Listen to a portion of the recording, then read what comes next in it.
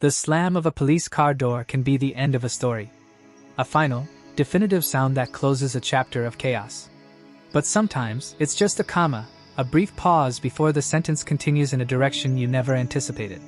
When John made the agonizing choice to have his entitled daughter, Sarah, arrested for holding his car hostage, it was a moment of shocking finality. He can still see it in his mind's eye, a high-definition nightmare played on a loop, the visceral meltdown on his own lawn, the cold, metallic click of handcuffs, the surreal image of his own child being driven away in the back of a patrol car. It all felt like rock bottom, a pit so deep he couldn't imagine anything lower. But what happens after you hit the bottom? Do you bounce back, finally finding the solid ground you need to climb? Or do you just find a new, harder floor to lie on, the fall having broken something essential? For John and his wife, Mary, the arrest was not an end. It was the beginning of a new, terrifying chapter. A court-ordered no-contact order was supposed to be a shield, a period of forced peace. Instead, it only opened a new battlefield. Sarah, stripped of her old, blunt-force weapons of manipulation and temper tantrums, found a new one far more insidious and powerful. Her own child, John and Mary's grandson. This isn't a story about an arrest anymore. That was just the opening salvo. This is a story about the slow, agonizing, day-by-day work of holding a boundary against someone you love. It's about a family's desperate struggle against a new form of emotional blackmail, a quiet war fought in whispers and through the innocent words of a child. It is a father's discovery that the war for his daughter's future, and his family's sanity, wasn't over, it had just gone cold. In the first weeks after Sarah's conviction, a strange and unfamiliar quiet settled over John and Mary's home. It was a silence so profound it felt loud. There were no frantic, misspelled texts demanding money for a bill she'd forgotten to pay. No screaming phone calls at midnight about made-up emergencies designed to extract cash and sympathy. The constant, low-grade hum of chaos that had been the soundtrack to their lives for years was suddenly gone. John found himself unconsciously checking his phone for phantom vibrations. Mary would jump every time the landline rang, her body still conditioned to expect a crisis. The silence was both a profound relief and a heavy burden. It was peaceful, but it was also the sound of a family fractured, a void held in place by a legal document. The no-contact order, a primary condition of Sarah's one-year probation, was absolute. No calls, no texts, no emails, no visits, no contacts with third parties. For John, the rule was a shield. It was the first time in years he didn't feel a knot of dread in his stomach every waking moment. But for Mary, it was a source of constant, gnawing ache. The order was a wall, and on the other side of that wall was her grandson. They had meticulously arranged a sterile but safe compromise. The child's father, a decent man long separated from Sarah, would handle all the pickups and drop-offs for their weekly visits. He would bring the boy to their door, and they would hand him back at the end of the day, a brief, polite exchange at the threshold that never included Sarah. Sarah, however, viewed the boundary not as a rule to be followed, but as a challenge to be overcome. The direct assaults had failed and led to her arrest, so she pivoted. She turned to psychological warfare. It started subtly, insidiously. Her son, only a child, would arrive for a visit and repeat things he'd clearly been coached to say. "Mommy misses you," he'd say while playing with his toys. Or, more pointedly, "Mommy cried because she couldn't come to the door today." Each phrase was a tiny, poisoned dart, aimed straight at Mary's heart. Then, it escalated. One Saturday afternoon, as John was helping his grandson out of the car, a flicker of movement at the end of the street caught his eye. He squinted. It was a familiar vehicle, Sarah's friend's car. He could just make out a silhouette in the passenger seat, unmoving, watching. Sarah. She wasn't technically on his property. She wasn't at his door. She was 100 yards away, on a public street. But her presence was a broadcast, a clear and deliberate test of the order's limits. It was a message: you can't erase me. John's stomach clenched into a tight, cold knot. It was a ghost at the feast, a chilling reminder that Sarah wasn't getting better. She wasn't learning or reflecting. She was just getting smarter. Mary came to the doorway, saw the direction of John's gaze, and her face went pale. The fragile peace didn't just crack, it shattered. In that moment, they weren't just a family anymore. They were opposing parties in a legal case. And their daughter was methodically probing the fences, looking for a way back in, not with an apology, but with the same old entitlement, now cleverly disguised as the heartbreak of a wounded mother. Every Tuesday at precisely 4 p.m., Sarah had a mandatory check-in with her probation officer. His name was Mr. Evans, a 15-year veteran of the county probation system with a well-earned reputation for being firm, fair, and utterly immune to games. He was a man in his late 50s, with a perpetually tired expression and eyes that had seen every lie, every excuse, and every theatrical performance imaginable. He wasn't a therapist to be charmed or a parent to be guilt-tripped. He was a man with a checklist, a stack of files, and the legal authority to send Sarah back to jail without a second thought. In their early meetings, Sarah cycled through all her old tricks, the same ones that had worked on her parents for years. She tried crocodile tears, dabbing at her eyes while talking about how the arrest had traumatized her, leaving her with anxiety. She tried indignation, complaining that the court-ordered anger management classes were full of real criminals and a waste of her valuable time. She'd hint that her father had a history of being controlling and that this whole thing was just a misunderstanding, a family spat blown wildly out of proportion. Mr. Evans would just stare at her from across his gray, government-issue metal desk, his expression as unchanging as a stone. He'd let her finish her monologue, a small, patient sigh the only sign he'd heard her. "Is your court-ordered class completed for the week, Sarah?" he'd ask, his pen hovering over a form on his clipboard.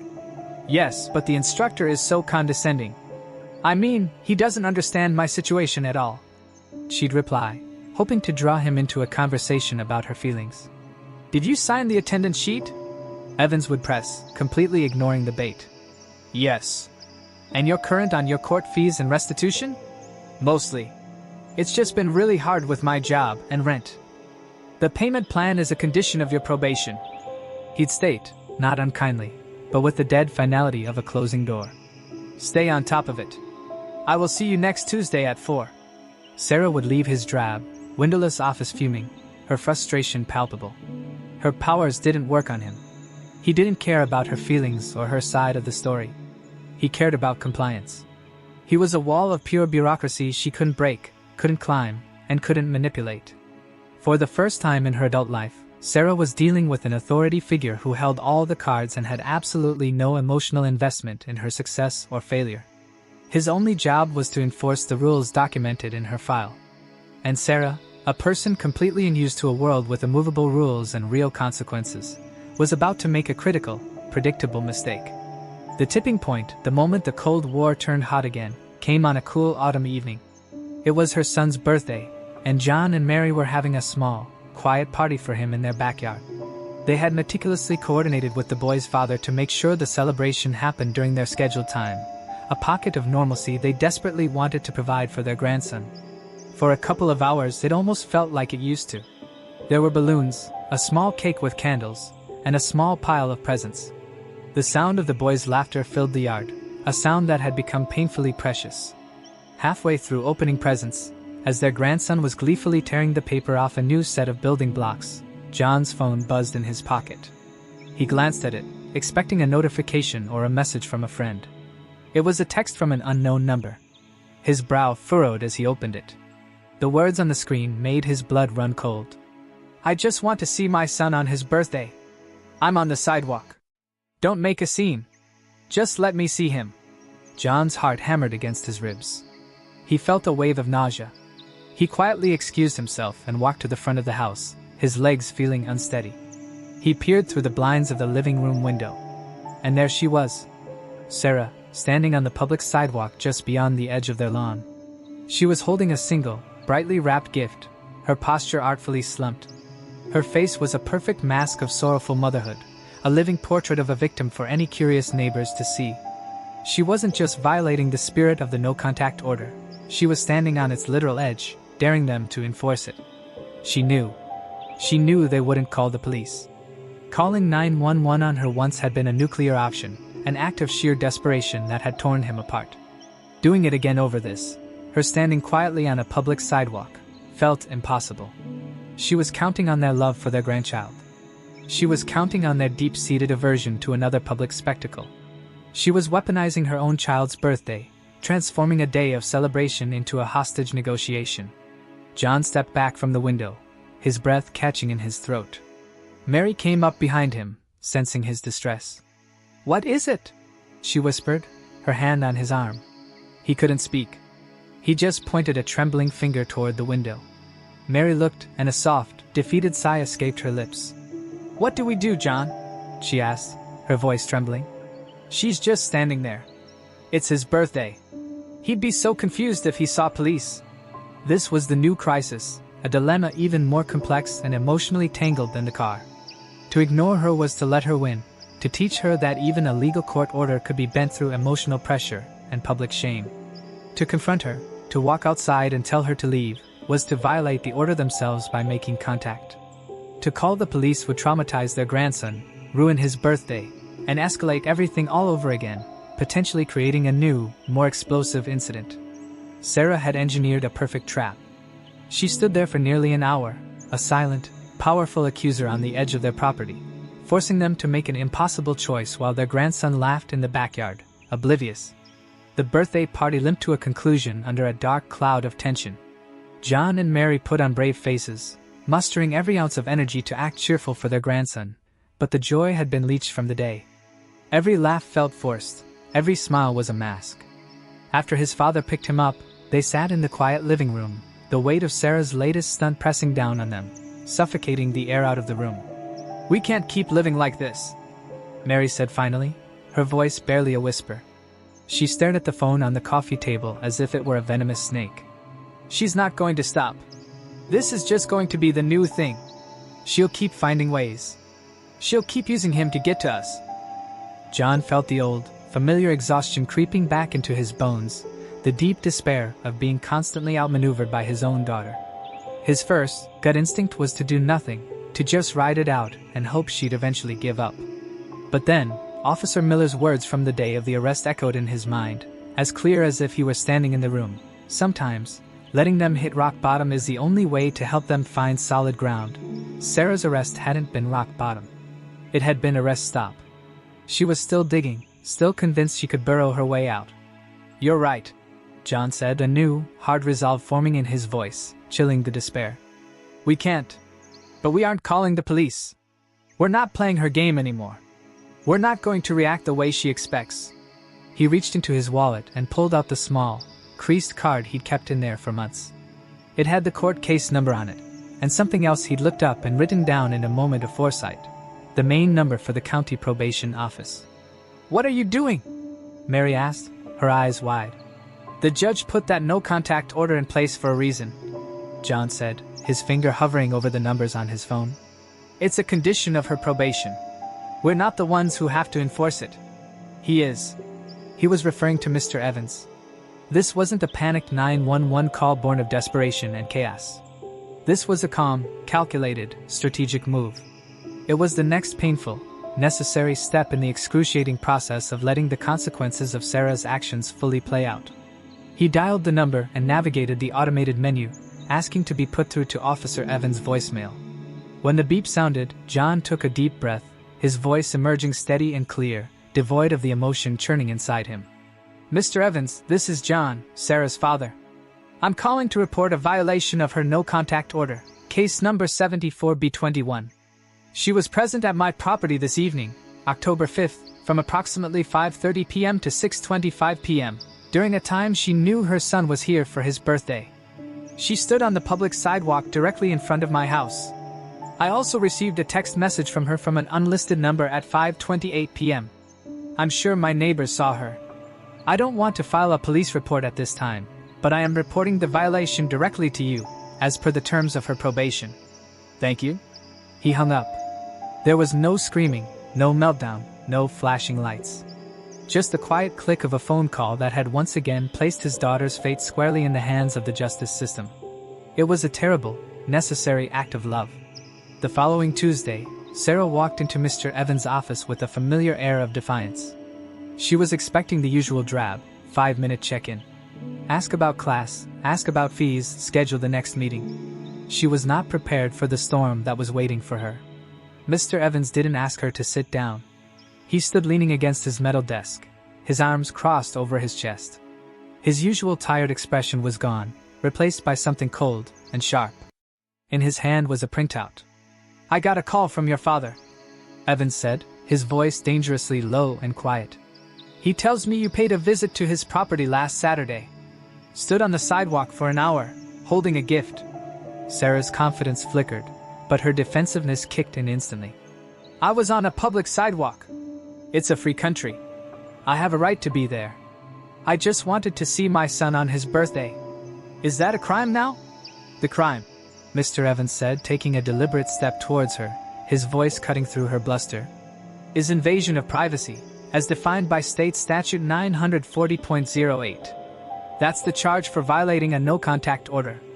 It's a Class A misdemeanor, punishable by up to 9 months in jail and a $10,000 fine. And it's a direct violation of the probation you are on for your last crime. I didn't contact him.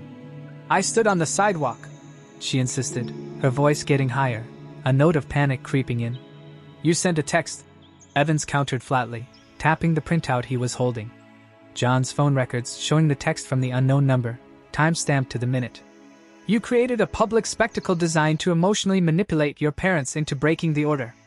It was a test, Sarah. And you failed. He tossed the printout onto his desk. Your father did you a monumental favor by calling me instead of the police. If he had called 911, an officer would have been dispatched, they would have seen you, they would have seen the text, and you would have been arrested on the spot.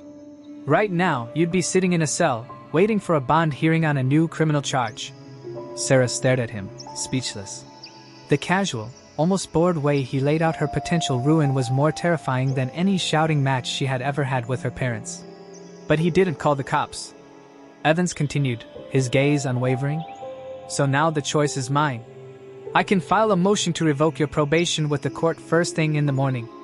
And based on this flagrant disregard for a court order, I can almost guarantee the judge will give you 30 days in county jail as a sanction, just to get your attention. Or, he paused, letting the weight of the threat settle. You can convince me, right now, that you finally understand what is at stake. The bravado drained from Sarah's face, replaced by a wave of pure, unadulterated panic. This wasn't her father, who she could guilt and manipulate. This wasn't her mother, whose heart she could break. This was the system. The wall. And it was about to fall directly on top of her. I'm sorry, she stammered, the words feeling foreign and clumsy in her mouth. I miss my son so much. This isn't about your son, Evans said, his voice like ice cutting through her last-ditch excuse. This is about you refusing to accept that there are consequences for your actions. This is your final warning.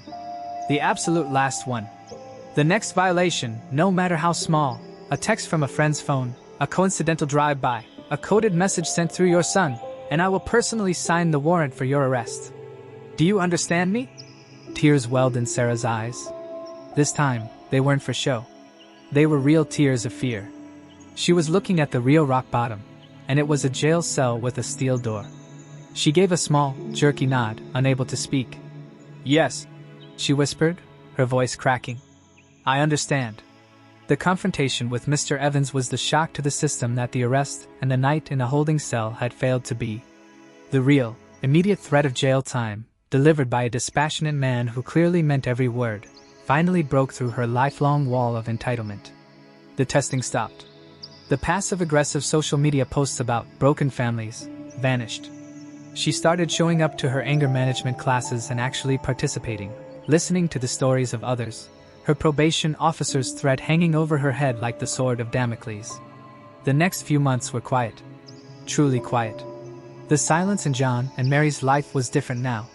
It was no longer tense and fragile, but calm and settled. They continued their weekly visits with their grandson, free from the dread of a curbside ambush or a coached, heartbreaking message. They heard through her son's father that she was still at her job and had moved into a small, one-bedroom apartment on her own. She was paying her bills. She was complying with every single condition of her probation. She was, for the first time, walking the line.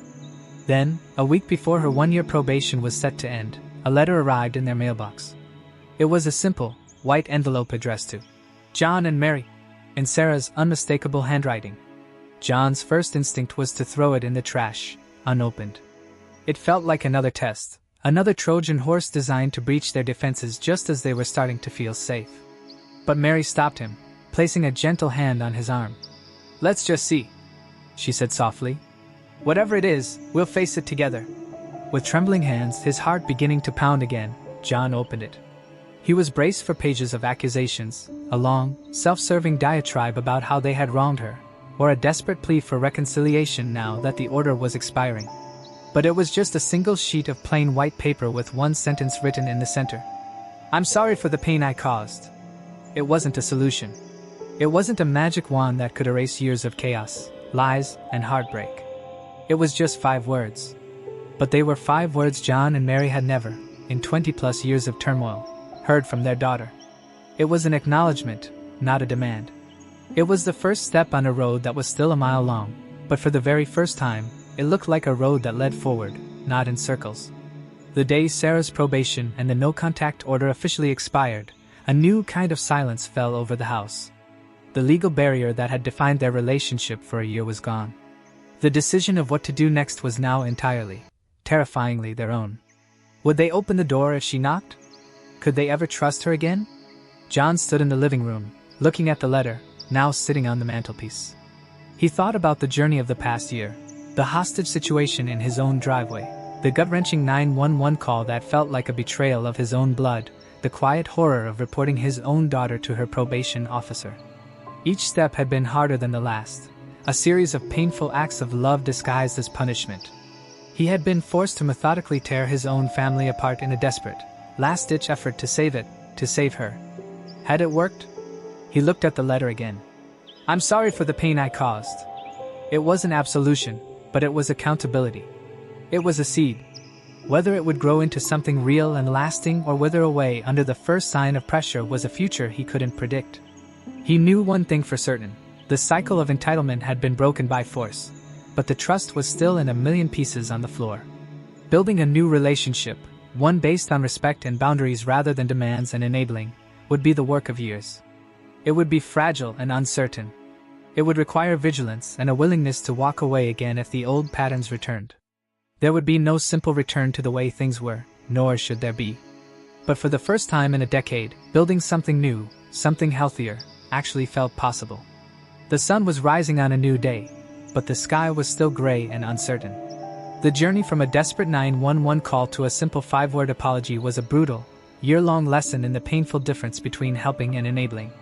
John and Mary learned that true parental love sometimes means stepping back, relinquishing control, and allowing the cold, hard consequences of the world to be the teacher you can no longer be. Sarah's story shows that hitting rock bottom isn't always a single, dramatic event, but a process. For her, it took an arrest, a conviction, the unyielding wall of a probation officer, and the very real threat of jail to finally begin the slow, painful turn towards accountability. There is no guarantee of a happy ending for this family. The apology is a beginning, not a destination. But there is, for the first time, a glimmer of hope. Now the choice falls to them. Do they let her back in? And if so, how? What would you do in John and Mary's position?